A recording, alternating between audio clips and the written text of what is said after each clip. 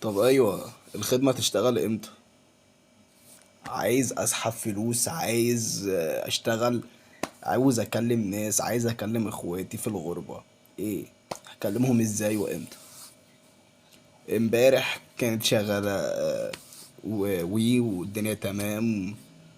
وزيرو 12 كان شغال بسيط، وزيرو 10 كان شغال داتا تمام. النهاردة ولا داتا ولا واي فاي. طب حتى نزلت اسحب فلوس قالك الشبكة واقفة، نزلت اشحن كارت الشبكة واقفة. طب ايه؟ قول لي إيه هشتغل ازاي بقى؟ والخدمة تشتغل امتى؟ يعني احنا مفروض علينا مثلا ان احنا نبقى قاعدين كده من غير شغل مثلا ولا ايه؟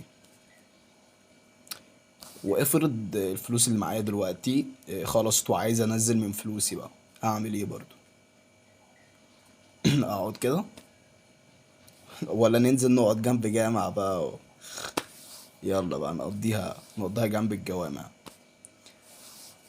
وجه الحاج الغالي الكبير الرئيس، اتعلموا برمجة.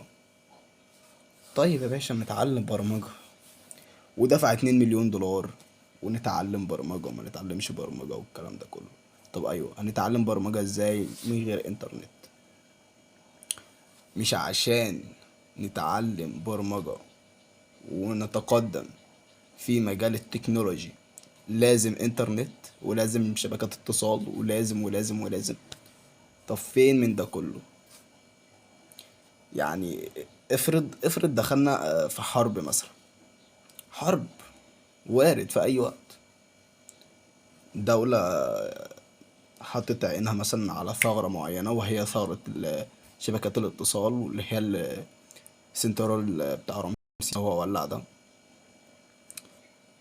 احنا دلوقتي عرفنا دي ثغرة وكل الدول تقريبا عرفتها عامة، ان مصر ما فيهاش غير سنترال بيوزع على الملايين من المستخدمين في مصر، تمام؟ وجمهورية مصر كلها تقريبا.